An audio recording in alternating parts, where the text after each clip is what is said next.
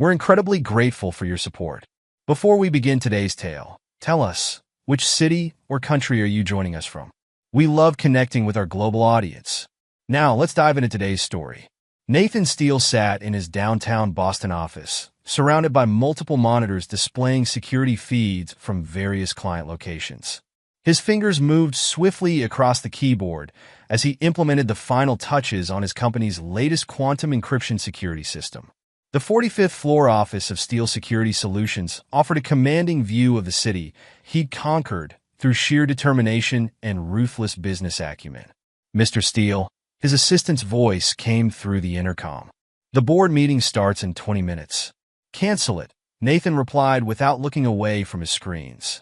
The quantum encryption system installation at his Victorian mansion needed his personal attention. Something had been triggering minor anomalies in the garden sector feeds. But sir, the investors... I said cancel it, Marie. They can wait. His tone left no room for discussion. Nathan had built his empire from nothing. The investors could damn well adjust to his schedule. He focused on the garden feed, particularly the gazebo area where the system had been reporting unusual activity patterns. The quantum encryption technology was revolutionary, far beyond what any competitor could offer. It didn't just secure the premises. It created an impenetrable digital fortress that could detect the slightest irregularity in behavioral patterns. The feed from the gazebo suddenly came alive. Victoria, his wife of 15 years, appeared on screen, leading their 12-year-old twins, Alexander and Audrey, by their hands. Something about her movement patterns seemed off, too purposeful, too rehearsed. Nathan adjusted the audio sensitivity. Sit down, darlings. Victoria's voice came through with crystal clarity. There's something important we need to discuss. The twins settled onto the gazebo bench, their private school uniforms impeccable as always. Alexander's tie matched his sister's hair ribbon. Victoria's touch, no doubt. Is this about Dad working late again? Audrey asked, her young face showing concern. Victoria's laugh carried a sharp edge Nathan had never noticed before. No, sweetheart. This is about your real father. Nathan's fingers froze above the keyboard. The quantum encryption system's anomaly detection hadn't failed. It had captured something far more significant than a security breach. What do you mean? Real father. Alexander's voice cracked slightly. Judge Robert Hawthorne. He's handling Daddy's murder case. Victoria's words sliced through Nathan's world. Murder case? What murder case? Audrey's voice trembled. Victoria leaned forward, her designer dress rustling against the gazebo's wooden bench. Listen carefully, both of you. Everything I'm about to tell you is very important. Judge Hawthorne and I have been planning this for years. Nathan Steele isn't your biological father. Robert is. And soon, Nathan will be arrested for murder. Nathan's jaw clenched as he watched his wife detail her betrayal to their children. No, not his children. The twins he'd raised, loved, and protected for 12 years belonged to another man. But why do we need to frame him? Alexander asked, his voice barely a whisper. Because, darling, once he's in prison, everything becomes ours. The company, the houses, the accounts, everything. Your real father made sure the case would come to his court. Nathan's going away for a very long time, and will finally be a proper family. Nathan's hand moved to his desk drawer, removing a small recording device. Every word was being captured, encrypted, and stored on secure servers, but redundancy had always been his policy. Betrayal required evidence, and evidence demanded backup. A notification popped up on one of his secondary monitors. Rebecca Martinez, his newly hired CFO, was requesting an urgent meeting. Nathan's finger hovered over the intercom button before pressing it. Marie, send Ms. Martinez in. Rebecca entered his office carrying a thick folder, her expression grave. Mr. Steele, I found something concerning in our financial records. Close the door, Ms. Martinez. Nathan gestured to the chair across from his desk, his eyes still fixed on the gazebo feed where Victoria was now hugging the twins. Rebecca settled into the chair, spreading documents across his desk. Someone has been creating false records of illegal weapon sales under your name. The transactions date back 3 years, but they've been carefully hidden beneath layers of legitimate business dealings. Nathan finally turned away from the monitors, focusing his full attention on the financial documents. The fabricated weapon sales had been crafted with impressive attention to detail, professional work that would stand up to cursory investigation. "How did you find these?" Nathan's voice remained steady, controlled. "I developed specialized auditing software for my previous firm. When you hired me last month, I implemented it here as part of my standard procedures." Rebecca pointed to specific transactions. The pattern emerged during last night's deep scan. "Mr. Steele, someone with intimate knowledge of your business operations has been setting you up for years." Nathan's laugh was cold, devoid of humor. "Tell me, Ms. Martinez, what made you decide to bring this directly to me instead of to our legal department?" Rebecca met his gaze without flinching. "Because the timestamps on these fraudulent entries coincide with regular meetings between your wife and Michael Preston, your company counsel." "Interesting." Nathan turned back to the gazebo feed, where Victoria was now leading the twins back toward the house. "How much would it take to buy your silence, Ms. Martinez?" "Excuse me? Name your price." "Everyone has one." His tone was clinical, measuring. Rebecca stood up, gathering her documents. "Mr. Steele, I came to you because I believe in doing what's right. If you're suggesting I ignore criminal activity..." "Sit down, Ms. Martinez." Nathan's command carried the weight of years of authority. "I needed to know if you could be bought. You passed the test. Now, let's discuss how we're going to handle this situation." Rebecca slowly lowered herself back into the chair. "You knew about this already? As of 10 minutes ago, I discovered my wife conspiring with Judge Robert Hawthorne to frame me for murder while informing my children that he's their biological father." Nathan's fingers flew across his keyboard, bringing up multiple screens of financial data. "Your discovery of the weapons sales fraud completes the picture. They're building a case against me. Murder, illegal weapons trading, probably more we haven't uncovered yet. We should contact the authorities immediately," Rebecca suggested. Nathan's smile carried no warmth. "No, Ms. Martinez. We're going to do something far more interesting. We're going to let them think they're winning while we dismantle their entire operation piece by piece." He turned one of the monitors toward her, displaying a complex web of financial transactions. "I want you to follow every transaction, every shell company, every offshore account. Find me everything. Use whatever resources you need. But understand this. If you breathe a word of this to anyone without my explicit permission, you'll wish you had taken the bribe." Rebecca studied the financial web on the screen. "This goes beyond weapons sales. These patterns suggest money laundering, possibly connected to court cases. If Judge Hawthorne is involved, it's a corruption ring." Nathan finished her thought. "And my wife is part of it. The question is, how deep does it go?" "Give me 48 hours, Rebecca said, her eyes scanning the transaction patterns. "I'll need access to all company records, including the encrypted archives." Nathan pressed his intercom. "Marie, clear my schedule for the next 3 days. And get me everything we have on Judge Robert Hawthorne's cases for the past 15 years. He turned back to Rebecca. "You have your 48 hours. I want a preliminary report every 6 hours. Use conference room C. I'll have it secured for your exclusive use. If anyone asks, you're conducting a standard audit review." As Rebecca left his office, Nathan turned back to the security feeds. Victoria was now in her home office, speaking on her phone in what she thought was a secure line. Thanks to his quantum encryption system, every word was being recorded and analyzed. "It's done, Robert." Victoria's voice came through clearly. "The kids took it better than expected. Nathan doesn't suspect a thing. Once the contractor's death is linked to him, everything else will fall into place." Nathan's expression hardened as he listened to his wife orchestrate his destruction. The betrayal ran deeper than he had imagined, but that would make his revenge all the sweeter. They thought him a simple security expert, a successful businessman they could frame and destroy. They were about to learn how badly they had underestimated Nathan Steele. He opened his private safe, removing a black thumb drive. On it were contingency plans he'd developed for various worst-case scenarios, including personal betrayal. Nathan had always believed in being prepared. Now it was time to implement Protocol Zero, the complete destruction of anyone who dared to cross him. "Marie," he spoke into the intercom one final time that evening. Contact James Rodriguez. Tell him I need to see him tonight. And Marie? This meeting never happened. As darkness fell over Boston, Nathan Steele began planning the systematic dismantling of his enemies' lives. They wanted to play games with murder and betrayal. He would show them what happened to people who betrayed Nathan Steele. By the time he was done, they would wish they had never heard his name. The private conference room in Steele Security Solutions hummed with the sound of multiple computers processing data.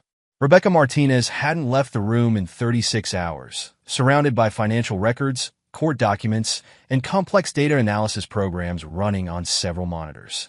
Nathan entered, carrying fresh coffee. Show me what you found. Rebecca gestured to the main screen where a complex network of connections was displayed.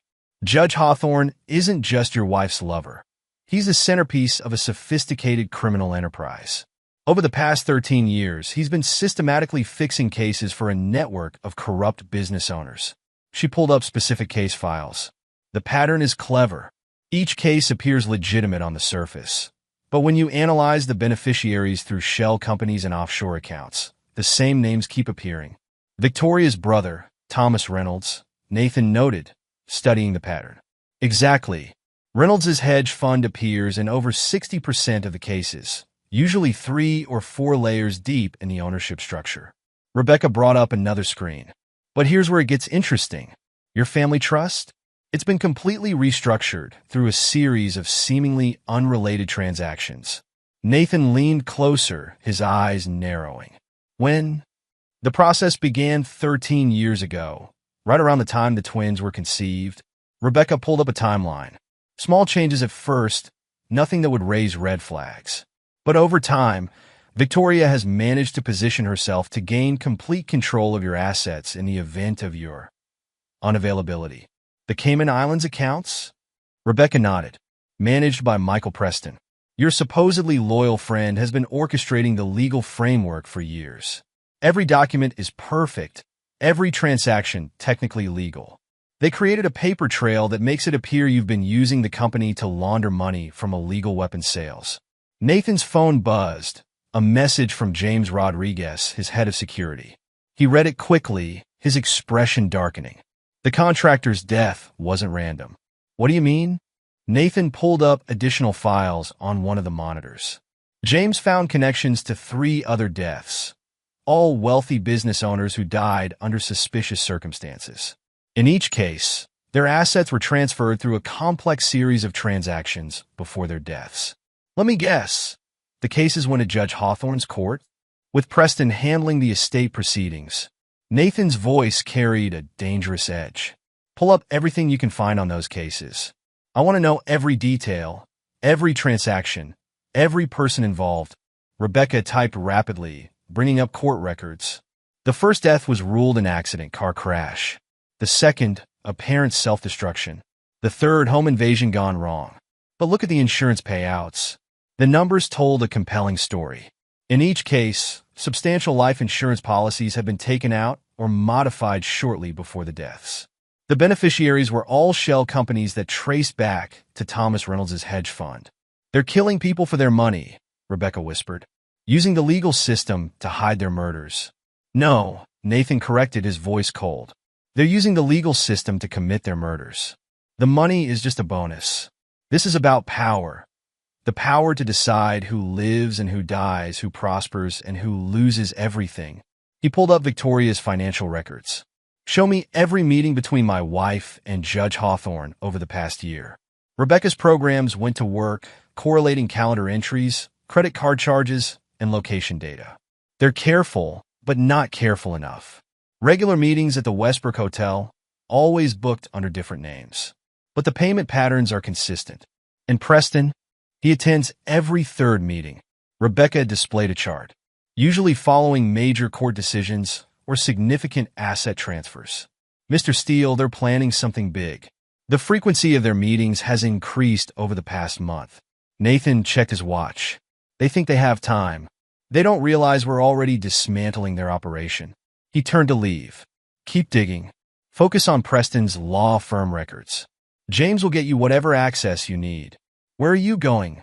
To contact someone who specializes in bringing down corrupt judges. Nathan paused at the door. Ms. Martinez, remember, if anyone discovers what you're doing— I know, she interrupted. I'll end up like the contractor. Nathan's smile was predatory. No, you'll wish you had ended up like the contractor. He made his way to his private elevator, his mind processing the information.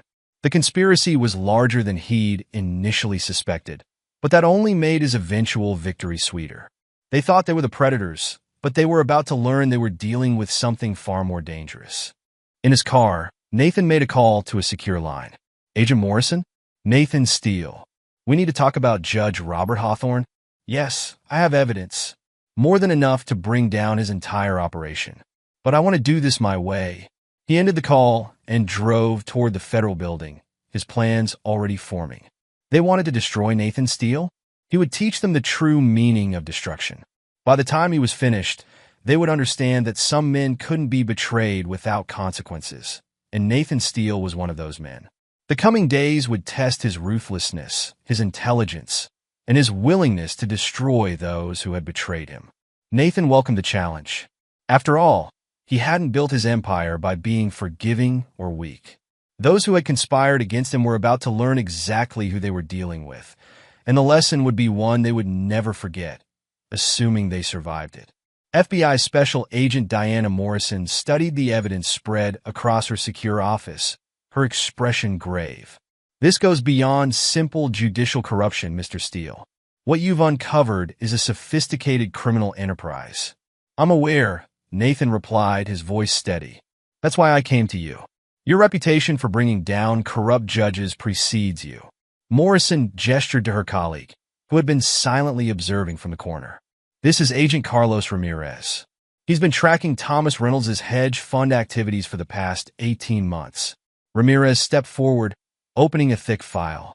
Mr. Reynolds' fund has been on our radar for suspected money laundering, but we could never prove the connection to Judge Hawthorne's court. Your evidence changes everything.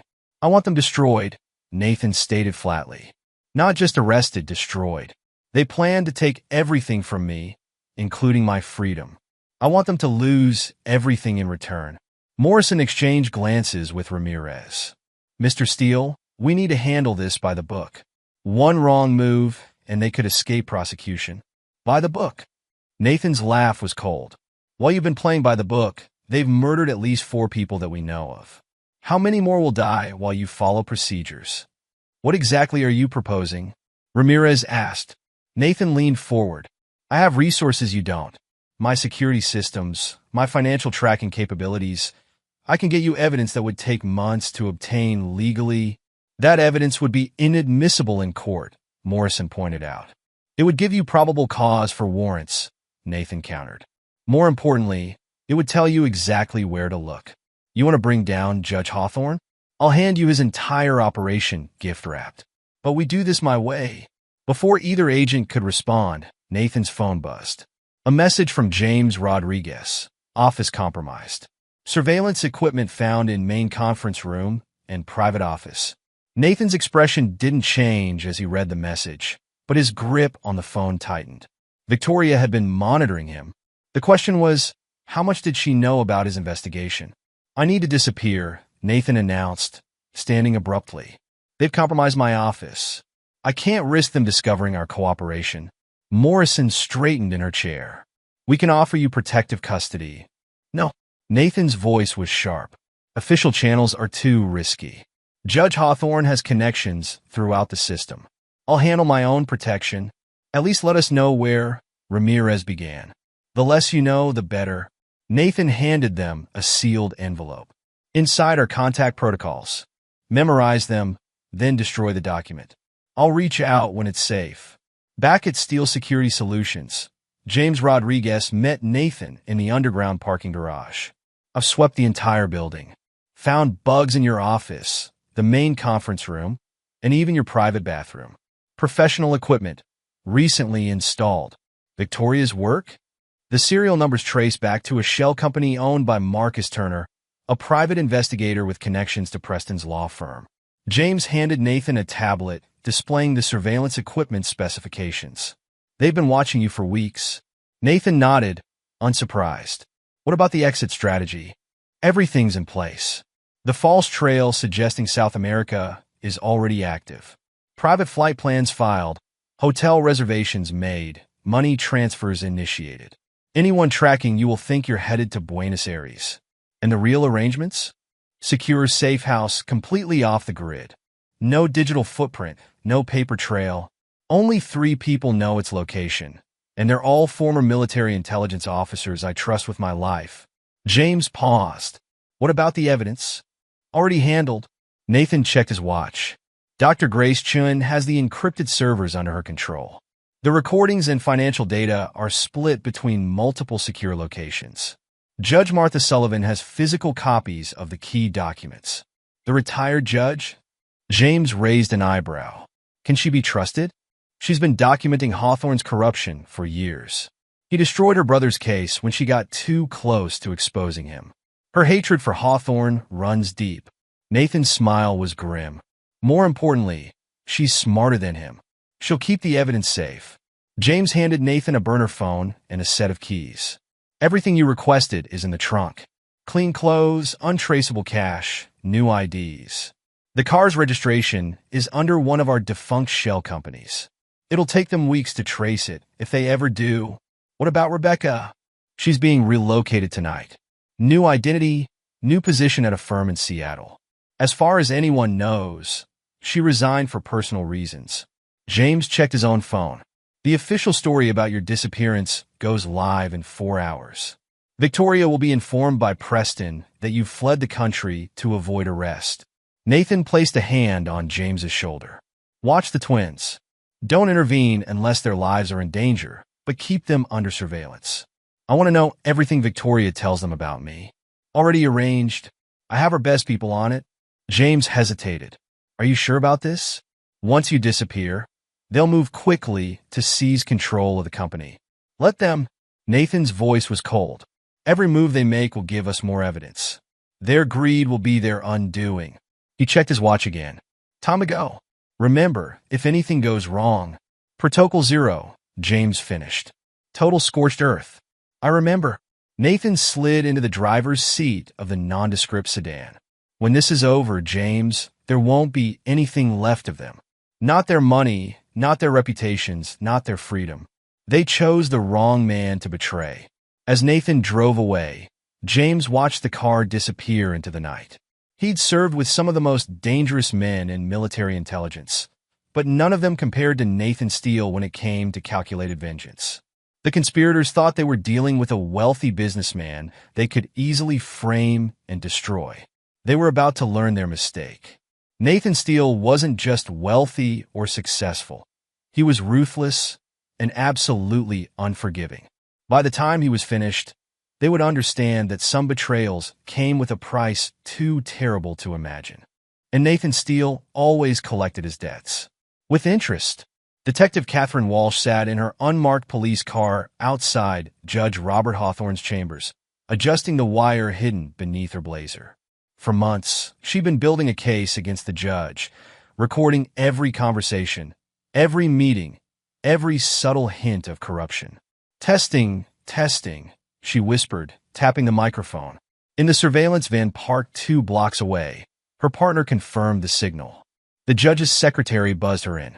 Detective Walsh, he's expecting you. Judge Hawthorne stood as she entered, his practiced smile never wavering. Catherine, thank you for coming. I trust you have updates on the Steele investigation.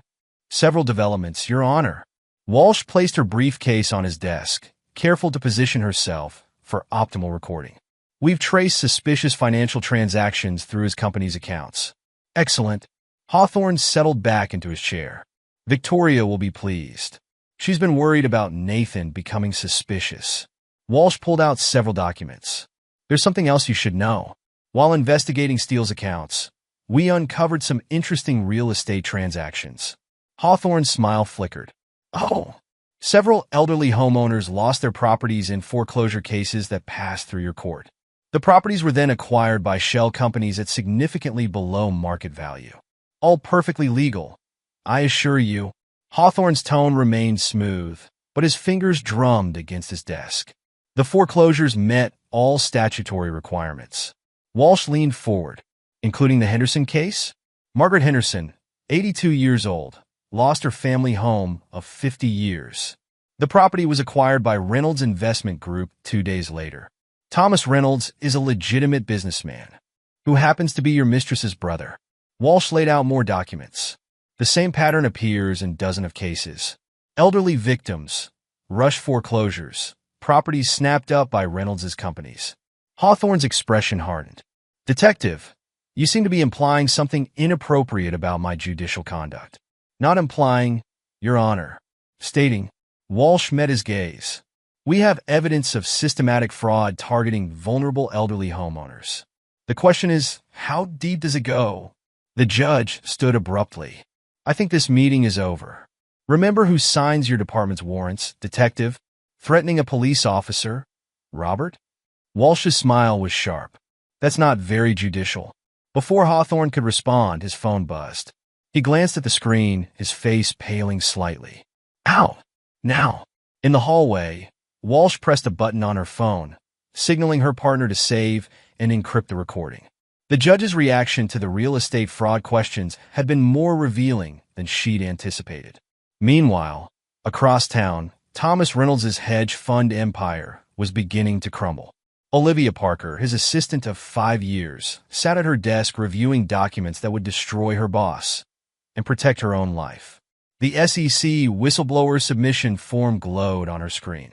Attached were hundreds of files detailing years of fraud, fabricated investment returns, misappropriated client funds, money laundering operations disguised as legitimate trades.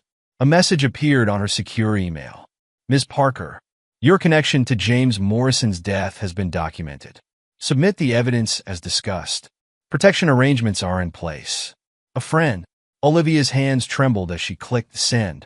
James Morrison had been more than just another wealthy client. He'd been her friend, and his accident had been anything but. The evidence she'd gathered proved Reynolds had orchestrated Morrison's death after discovering the fund's fraudulent activities. The anonymous message had arrived 3 days ago, along with proof that she was being watched and protected. Somehow, Nathan Steele had discovered her connection to Morrison and was offering her a way out. At FBI headquarters, Agent Diana Morrison reviewed Walsh's latest recordings. The judge is getting nervous, she told her partner, Agent Ramirez. The real estate fraud angle rattled him. It should, Ramirez replied, spreading out financial documents. Look at this pattern. Every elderly victim who lost their home had substantial equity. The properties were acquired for pennies on the dollar through rigged foreclosure auctions, and Reynolds' companies flipped them for massive profits. Morrison pulled up more files. But here's what's interesting. Victoria Steele appears in these transactions too, buried under layers of shell companies. They're targeting wealthy individuals with complex family situations, Ramirez noted, using Hawthorne's position to manipulate custody battles and inheritance disputes. Preston handles the legal framework, making everything appear legitimate. Classic criminal enterprise, Morrison agreed. The judge provides judicial cover. Victoria identifies targets through her social connections. Reynolds handles the financial side, and Preston ensures everything looks legal. Nathan Steele really married into a crime family, Ramirez mused. Morrison shook her head. No, they married into him. Big mistake. A secure message flashed on her screen, updates from their surveillance teams. Victoria Steele had just left another meeting with Preston at his law firm. The tracking devices planted in her car showed regular visits to a private airport where a Cayman Islands registered plane was kept ready. They're preparing to run, Morrison observed. Steele's disappearance has them spooked. Should we move in? Not yet. Let them keep thinking they're winning. Nathan Steele didn't give us all this evidence just to have us rush in too early. The investigation was revealing a disturbing pattern. Victoria and Judge Hawthorne had spent years perfecting their operation. They identified wealthy targets, particularly those with family complications. The judge would ensure any legal disputes landed in his court. Victoria would gather intelligence through her social connections. Preston would create the legal framework for asset seizures. Reynolds would handle the financial manipulation. And when necessary, accidents would happen. Detective Walsh's phone buzzed as she left the courthouse. A message from an unknown number. Check the Henderson property records again. Follow the money through Preston's offshore accounts. She smiled grimly. Nathan Steele might be in hiding, but his presence was felt everywhere. The web of evidence was tightening around the conspirators, and they didn't even realize it. Walsh started her car, unaware that this investigation would be her last. In less than 48 hours, her body would be found in her apartment, an apparent self-destruction that would trigger a chain of events not even Nathan Steele could have predicted. Alexander Steele sat in his bedroom, carefully monitoring the encrypted communication system James Rodriguez had installed. The laptop looked normal, a typical gaming setup that wouldn't raise suspicions. But beneath the surface, it connected to a secure network that allowed him to communicate with his father. A message appeared. Status update? Alexander typed quickly. Mom met with Preston again this morning. They argued about something in his office. I heard them mention offshore accounts. Any surveillance on you or your sister? That PI. Turner keeps watching the house. But we're being careful. Good. Remember, trust no one. I know, Dad. In her room across the hall, Audrey Steele was making a discovery of her own. Hidden behind Victoria's vanity, she'd found a leather-bound diary. The entries dated back 13 years, detailing her mother's calculated seduction of Judge Hawthorne. June 15th. Robert finally agreed to help with the Nathan situation. He doesn't understand yet that he's as disposable as my husband. Men are so easily manipulated when they think they're in control. Audrey photographed each page with the specialized camera James had provided. The diary revealed a pattern of manipulation that made her stomach turn. Her mother hadn't just betrayed their father. She'd spent years planning his destruction. A soft knock interrupted her reading. Audrey, Alexander whispered. Mom's home. Audrey quickly replaced the diary and slipped out of the room.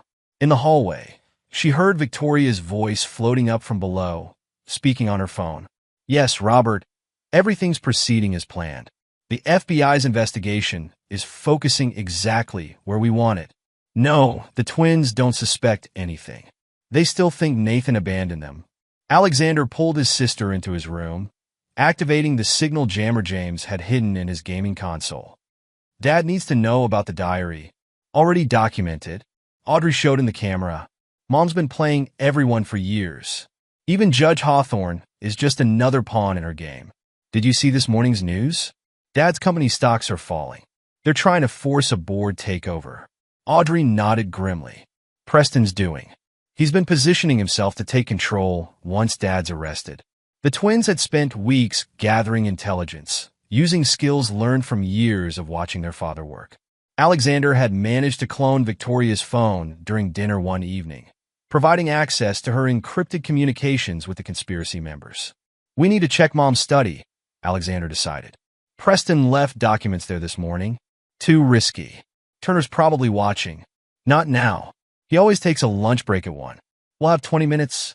The study door was locked, but Alexander had long since mastered the art of picking locks, another skill learned from careful observation of his father's security work. Inside, Preston's documents lay scattered across Victoria's desk. Audrey photographed quickly while Alexander kept watch. The papers revealed complex financial transactions, all designed to strip their father of his assets while making it appear he'd been running a criminal enterprise. A floorboard creaked behind them.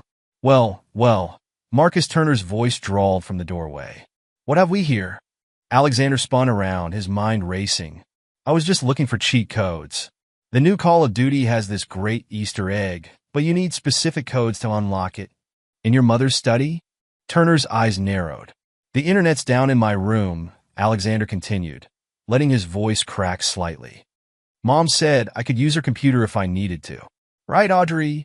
Audrey played along, rolling her eyes with perfect teenage disdain. He's such a game freak. Can we go now? This is boring. Turner studied them for a long moment. Your mother doesn't need you in here. Out. In the hallway, Alexander kept up the gaming chatter until they were safely back in his room. That was too close, but worth it. Audrey displayed the camera's screen. Look what Preston's been working on. The documents revealed a complex plan to seize control of their father's company through a series of coordinated legal and financial attacks. Preston had created a paper trail suggesting years of corporate fraud, all pointing to Nathan Steele. "They're going to destroy him," Alexander whispered. "No." Audrey's voice was hard. "They're going to try, but they don't know what we know." Another message appeared on Alexander's laptop. "Turner spotted you." Explanation: handled. Alexander typed back. Used gaming cover story. He bought it. Good thinking. But no more risks. "They're getting suspicious." The twins shared a look. They hadn't told their father about all their activities, knowing he'd order them to stop. But they couldn't stand by while Victoria and her conspirators destroyed their family. "We're his children," Audrey said firmly. "Whatever the DNA says." Alexander nodded. "And we're going to help him take them down." The next few weeks would test their resolve. Victoria increased her surveillance, bringing Turner into the house as additional security. Preston made more frequent visits, often closeting himself with Victoria in her study for hours. But the twins had learned from the best. Nathan Steele hadn't raised them to be victims or bystanders. He'd taught them to think strategically, to observe carefully, and to never reveal their true intentions. They were their father's children in every way that mattered. And like him, they would show no mercy to those who had betrayed their family. Detective Catherine Walsh's body was discovered on a Tuesday morning. The official report called it self-destruction, pills and alcohol, a common end for troubled cops. But Detective Frank Morgan knew better. "Self-destruction note's wrong," he muttered, studying the document in his home office. Katie was left-handed. These letters slant the wrong way. After 30 years on the force, Morgan had retired rather than play along with the corruption he'd witnessed. But he kept watching, kept documenting, kept building his case. Walsh had been his protege, carrying on his work. Now she was dead, and Herb's self-destruction had triggered exactly what she'd planned. Across the city, news organizations received identical packages.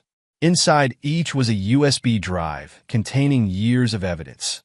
Recorded conversations, financial records, court documents. Judge Robert Hawthorne's voice featured prominently, discussing fixed cases and arranged accidents with a casualness that chilled even veteran reporters. Morgan's phone rang, a secure line he hadn't used in months. "It's happening," FBI agent Morrison said without preamble. "Walsh's evidence is hitting the media. We need your recordings, already uploaded to your secure server." Morgan pulled up more files on his computer. "But there's something else. Turner's involvement goes deeper than we thought." "The PI? We know he's working for Preston." "No." Morgan's voice was grim. "He's their cleaner. I have footage of him entering Walsh's building the night she died. Same clothes he wore at 3 other accidental deaths." "Can you prove it?" "Better. I can prove he was acting on direct orders." Walsh wore a wire to her last meeting with Victoria Steele. The recording was automatically uploaded to my private server. In his hidden location, Nathan Steele received the news of Walsh's death with cold calculation. The detective's death had been predicted, factored into his plans as a probable outcome.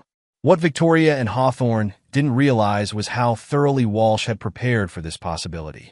"Your wife is getting nervous," James Rodriguez reported via Secure Channel. "She's been making frequent trips to the private airfield. Preston's moved most of his liquid assets offshore. And the judge? Still playing his role, but he's documenting everything. Wearing a wire to meetings, keeping records. He thinks it's insurance." Nathan's laugh was without humor. "He's building evidence against himself. Typical judicial arrogance. Thinking he's the smartest person in the room." The conspiracy's response to Walsh's death was predictable. Victoria accelerated their plans to frame Nathan. Preston filed emergency motions to freeze company assets.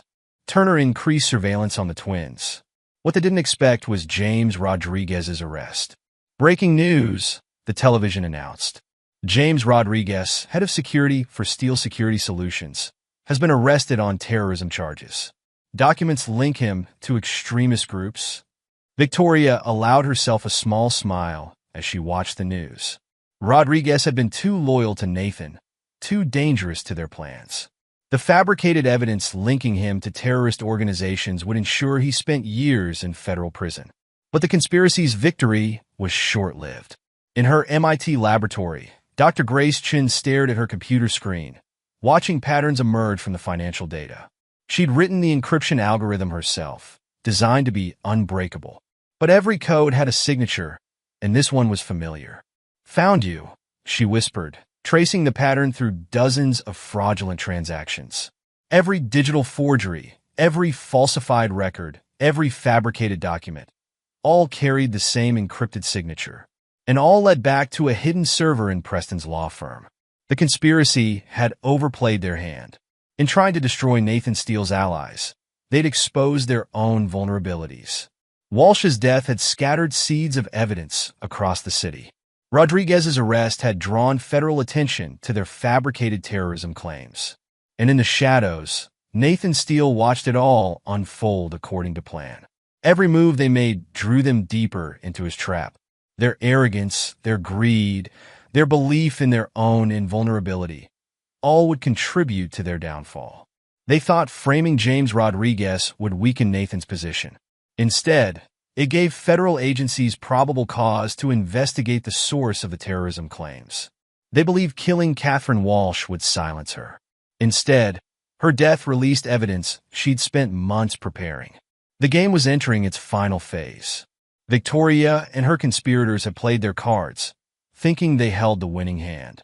They didn't realize they were playing by Nathan's rules, following a script he'd written the moment he discovered their betrayal. Soon, they would understand exactly who they were dealing with. Nathan Steele hadn't built his empire by being forgiving. He hadn't succeeded by showing mercy to his enemies. And he certainly hadn't survived by leaving betrayal unpunished. Dr. Chen's discovery of the encrypted signature threatened to unravel everything Preston had built. The fabricated evidence against Rodriguez, Walsh's calculated death, the financial trails, all of it connected back to Preston's hidden server. The conspiracy had thought themselves clever, turning Rodriguez's arrest into a victory. Instead, they'd exposed their own methods, their own signatures, their own vulnerabilities. In his hidden location, Nathan Steele reviewed Chen's findings. The pieces were falling into place, though not in the way Victoria and her conspirators expected. They still believed they were the hunters. They hadn't yet realized they were the prey. Claire Bennett's law office buzzed with activity as her team processed the mountain of evidence Nathan Steele had accumulated. The defense attorney's reputation for bringing down corrupt judges had made her the perfect choice for this endgame. Another case file from 2009, an assistant announced, adding to the growing pile. Judge Hawthorne ruled against Ms. Bennett's brother despite overwhelming evidence of innocence. Claire examined the document, her expression hardening. He didn't just rule against Daniel. He deliberately misconstrued evidence to ensure a guilty verdict. Nathan Steele stood by the window, watching the teamwork. After months in hiding, he'd emerged with a devastating arsenal of evidence that would destroy everyone who had betrayed him. "Tell me about the brothers' case," he prompted. Claire's fingers tightened on the file. Daniel was prosecuted for fraud. The evidence clearly showed he was innocent. In fact, he had documentation proving he'd tried to expose corruption at his investment firm. Hawthorne excluded the evidence, claiming procedural violations that didn't exist. "A warning shot," Nathan observed. "You were getting too close to his operation. I spent years trying to prove judicial misconduct." Claire spread out more files. "Every time I got close, cases would be reassigned, evidence would disappear, witnesses would recant. Now I understand why." Frank Morgan arrived, carrying recordings from his years of surveillance. The retired detective had partnered with Catherine Walsh, documenting Judge Hawthorne's activities long before Nathan's case began. Walsh knew they'd come for her eventually, Morgan explained, connecting a hard drive to Claire's secure system. She recorded everything. Conversations between Turner and Preston planning her death. Meetings where they discussed eliminating potential witnesses. Nathan reviewed the recordings. Victoria appears in these meetings, orchestrating everything. Morgan played a specific clip. Victoria's voice came through clearly, discussing Walsh's elimination with clinical detachment. "Your wife may present herself as a socialite, but she's the most ruthless of them all." Olivia Parker arrived next, escorted by FBI agents. Thomas Reynolds' former assistant had turned whistleblower, providing the SEC with evidence of massive fraud. Her testimony would prove crucial in connecting the financial crimes to the murders. Mr. Reynolds used the hedge fund to launder money from Judge Hawthorne's corrupt rulings, Olivia explained, presenting detailed financial records. Every time the judge ruled in favor of their chosen targets, the assets would be funneled through Reynolds' investment group, then distributed among shell companies controlled by the conspiracy members. Rebecca Martinez added her forensic accounting expertise, demonstrating how the financial fraud had been orchestrated. They created a perfect closed loop. Judge Hawthorne would ensure favorable rulings. Victoria would identify wealthy targets through her social connections. Preston would handle the legal framework, and Reynolds would manage the money laundering. Dr. Grace Chun presented her analysis of the digital evidence. Her encryption expertise had uncovered the technological fingerprints linking all the fraudulent transactions. Every digital forgery carries the same encrypted signature, she explained, displaying complex coding patterns. Preston thought he was being clever, hiding their tracks behind multiple layers of encryption. But he didn't realize the encryption itself would become evidence. Judge Martha Sullivan provided crucial context about Hawthorne's pattern of judicial misconduct. She'd been documenting suspicious rulings for years, building a statistical analysis that demonstrated systematic bias in his decisions. Look at the pattern, she pointed out. Every case involving substantial assets or complex family disputes was steered to his court. Once there, his rulings consistently favored parties represented by a small circle of attorneys, all connected to Preston's firm. Nathan absorbed each piece of evidence, watching his revenge take shape through proper legal channels. He'd spent months building this case, ensuring every detail would withstand scrutiny. What about the terrorism charges against Rodriguez? Claire asked. Fabricated. Dr. Chin pulled up more files. The digital trail leads directly to Preston's private server. They created the evidence using the same encryption algorithm they used for their financial fraud. Frank Morgan added additional recordings. Walsh documented Preston's meetings with the FBI agents who arrested Rodriguez. They're both on Reynolds' payroll. And those agents? Nathan inquired. Already under internal investigation, Claire confirmed. The FBI's anti-corruption unit has been building a case for months. Rodriguez will be released within days.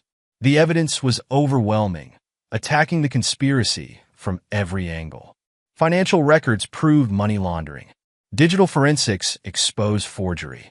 Witness testimony revealed murders. Court documents demonstrated systematic corruption. They'll try to claim I orchestrated this as revenge, Nathan noted. Claire's smile was predatory. Let them. Every piece of evidence comes from independent sources.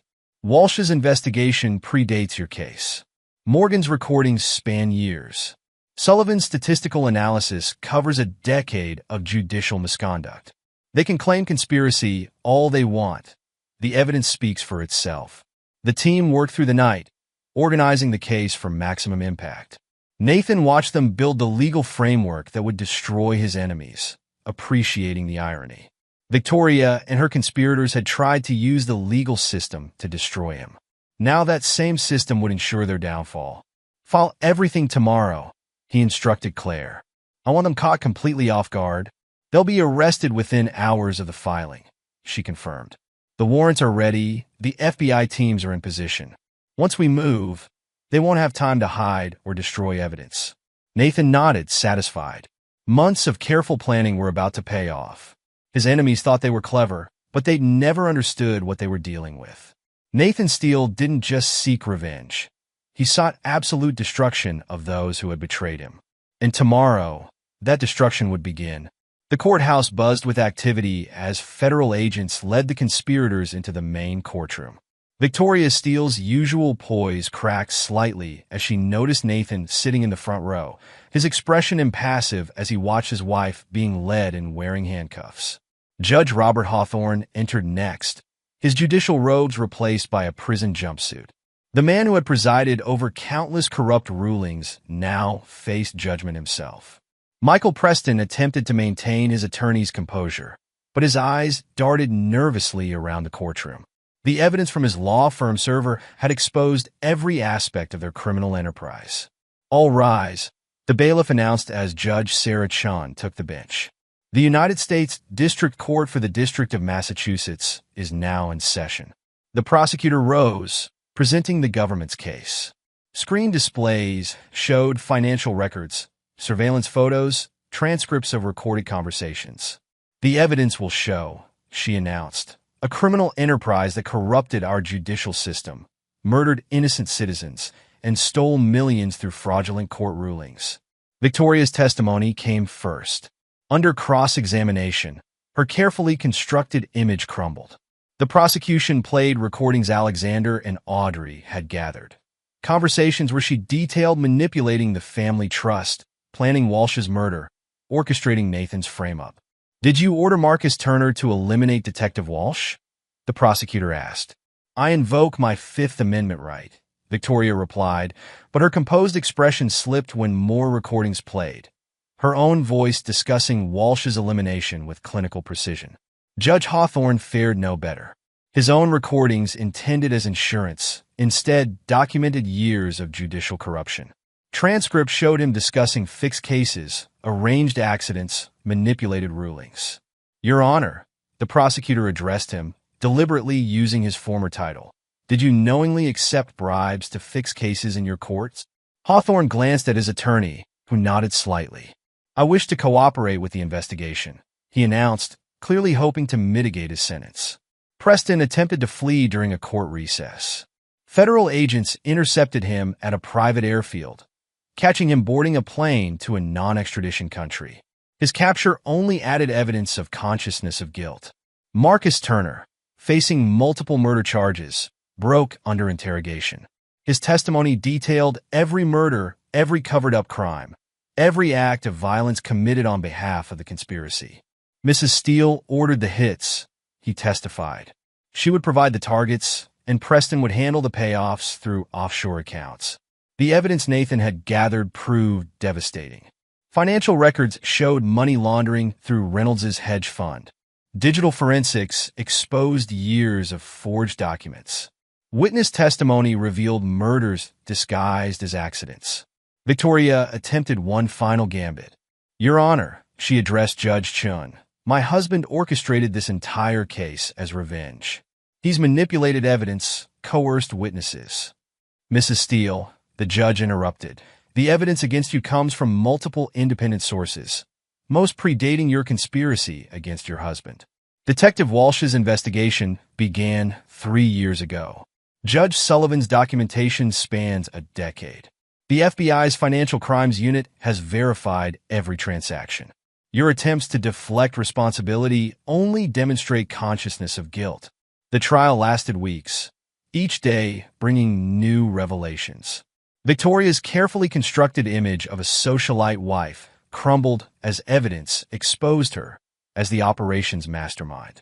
Judge Hawthorne's reputation for judicial integrity dissolved under mountains of proof of corruption. Preston's legal expertise proved useless against the overwhelming evidence from his own servers. Every digital forgery, every falsified document, every fabricated charge carried the same encryption signature Dr. Chun had uncovered. Thomas Reynolds turned state's evidence, hoping to avoid a life sentence. His testimony exposed the financial machinery that had enabled their crimes. Every corrupt ruling, every seized asset, every murdered victim had generated profits laundered through his hedge fund. The jury deliberated for less than 6 hours. On the charge of first-degree murder, how do you find the defendant Victoria Steele? Guilty. On the charge of conspiracy to commit murder? Guilty. The verdicts continued, a litany of guilt for every defendant. Judge Chen's sentences reflected the magnitude of their crimes. Victoria Steele, for your role in orchestrating multiple murders, corruption of the judicial system, and widespread financial fraud, you were sentenced to life imprisonment without possibility of parole. Judge Hawthorne received 40 years. Preston's attempted flight earned him a 30-year sentence. Turner's cooperation slightly reduced his term, but his role in multiple murders ensured he would never see freedom again.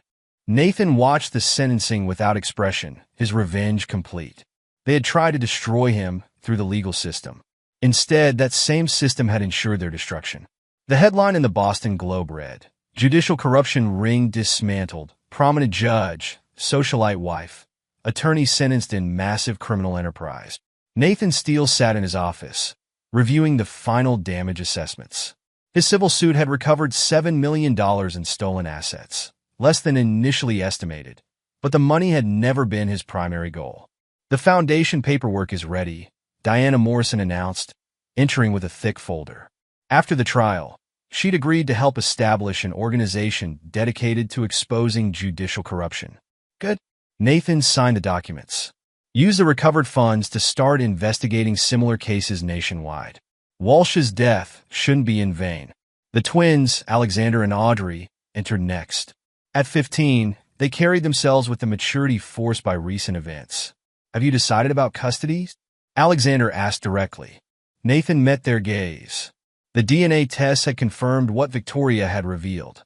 Judge Hawthorne was their biological father. But biology wasn't the only consideration.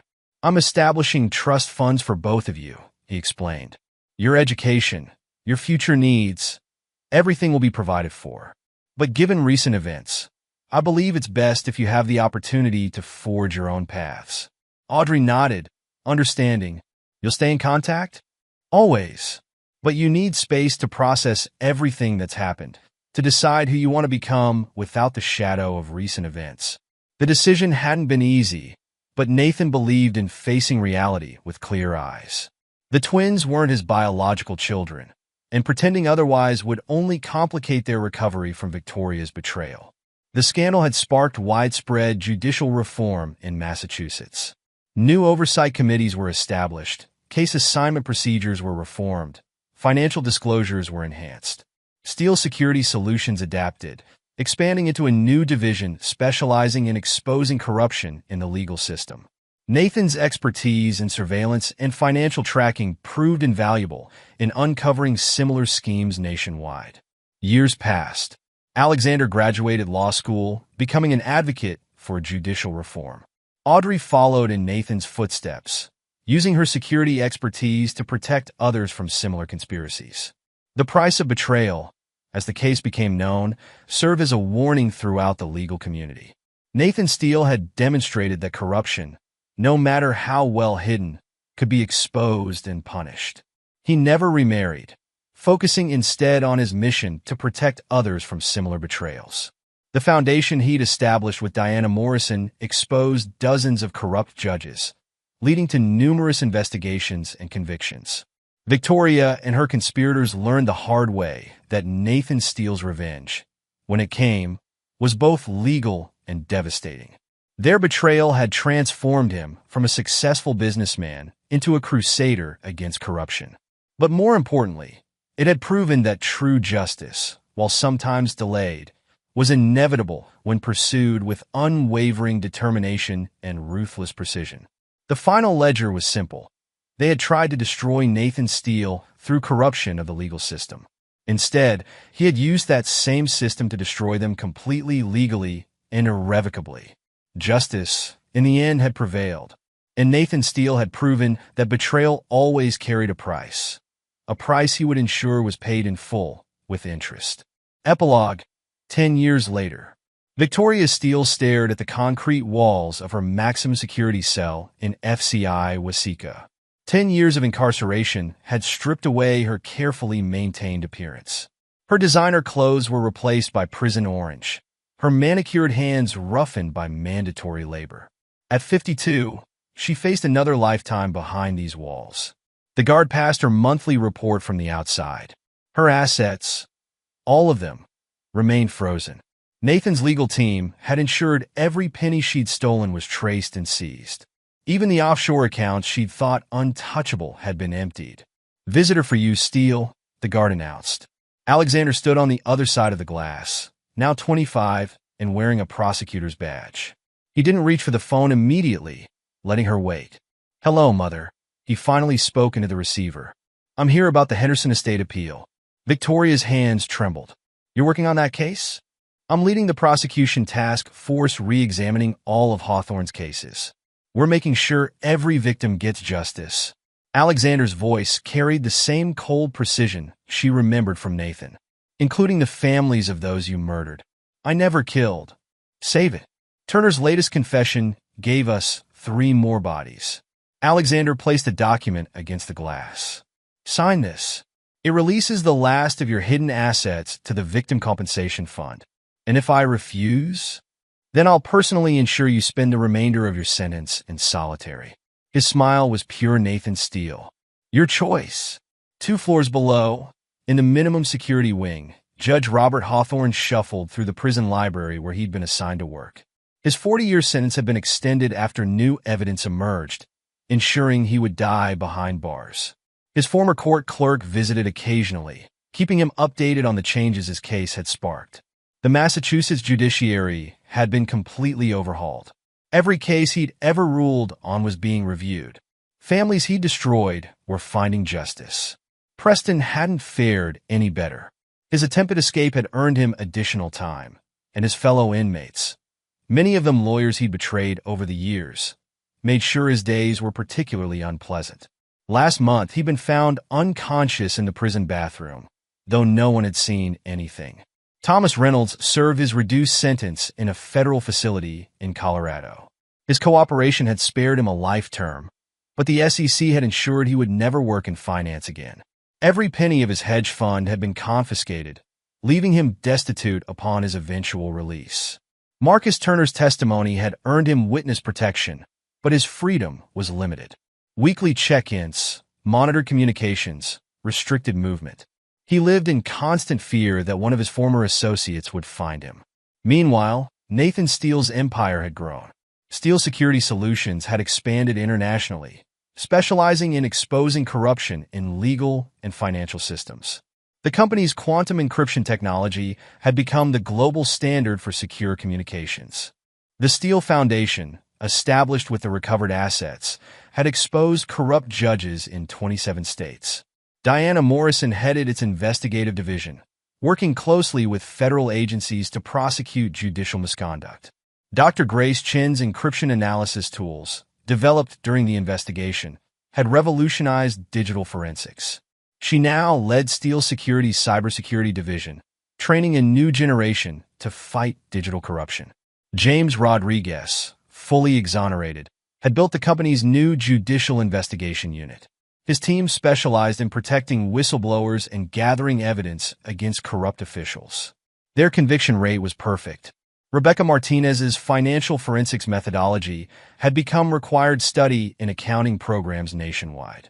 She'd written a textbook on detecting judicial corruption through financial analysis, dedicated to Catherine Walsh's memory. Judge Martha Sullivan, though retired, served as a special advisor to the Judicial Reform Committee. Her statistical models for detecting patterns of corrupt rulings had been adopted by court systems across the country. Frank Morgan had found purpose in training new investigators at the Steele Foundation. His experience with the Walsh investigation helped create protocols for protecting whistleblowers within law enforcement. Audrey Steele, now 25, had indeed followed in her adoptive father's footsteps. She ran Steele Security's European division, expanding their anti-corruption work internationally. Her team had recently exposed a network of corrupt judges in Eastern Europe. Alexander's work as a prosecutor focused exclusively on judicial corruption cases. He'd earned a reputation as ruthless as Nathan's, pursuing corrupt judges. Defense attorneys feared seeing him enter a courtroom. The twins maintained contact with Nathan, but their relationship was professional rather than personal. He'd educated them, funded their careers, and taught them to be as unforgiving of betrayal as he was. They'd learned their lessons well. Nathan himself had never remarried. His focus remained on his mission, expanding his work globally. Those who knew him said he'd found satisfaction in systematically destroying corrupt power structures, though he never spoke of it directly. Victoria's betrayal had transformed him from a successful businessman into something more dangerous. A man dedicated to dismantling corruption with the same ruthless efficiency he'd once applied to building his business. Claire Bennett's law firm had partnered permanently with Steele Security, creating a unique hybrid of legal expertise and investigative capability. Their joint operations had brought down corrupt judges across 3 continents. The Price of Betrayal case, as it became known in legal circles, was now taught in law schools as a warning. The court transcripts, evidence files, and case history filled 3 textbooks. Students studied how a single act of betrayal had exposed decades of corruption. In the end, Victoria's conspiracy had accomplished something she'd never intended. It had created a mechanism for exposing and destroying corrupt judges worldwide. Her attempt to destroy Nathan Steele had instead given him a new purpose, one that would outlive all of them. Nathan's revenge hadn't just been personal. He'd transformed it into a systemic change, ensuring that future generations would have tools and methods to fight judicial corruption. His enemies' betrayal had unleashed something they'd never anticipated, a legacy of justice that would continue long after they were forgotten in their prison cells. The final irony wasn't lost on Victoria as she signed Alexander's document in her prison cell. She tried to steal Nathan's empire through corruption of the legal system. Instead, she'd helped him build something far larger, an international network dedicated to destroying people like her. That was Nathan Steele's true revenge. He hadn't just destroyed his enemies. He'd turned their betrayal into a weapon against corruption itself. The price of betrayal, as Victoria and her conspirators had learned, wasn't just their freedom or their wealth. It was knowing that their own actions had created the system that would ensure their legacy was one of failure and cautionary tales. Nathan had won, completely and irrevocably. But more than that, he'd turned his victory into a transformation of the very system his enemies had tried to corrupt. That was the final price of their betrayal. Knowing that they hadn't just failed, they'd helped create something that would hunt down and destroy others like them for generations to come. In his office atop the new Steele Security headquarters, Nathan reviewed reports from his global operations. Photos of Walsh, Rodriguez, and others who'd helped expose the conspiracy lined one wall. Reminders of the cost of fighting corruption. But it was the screen showing live feeds from the prisons holding Victoria, Hawthorne, and their conspirators that held his attention. A decade later, his revenge was still paying dividends. And Nathan Steele still watched, ensuring the price of betrayal remained eternally high. And there you have it. Another story comes to an end. What did you think? I'd love to hear your thoughts in the comments below. If you enjoy this story, consider joining our community by subscribing. It means the world to us. For more stories like this one, check out the recommended videos on screen. And I'll see you there.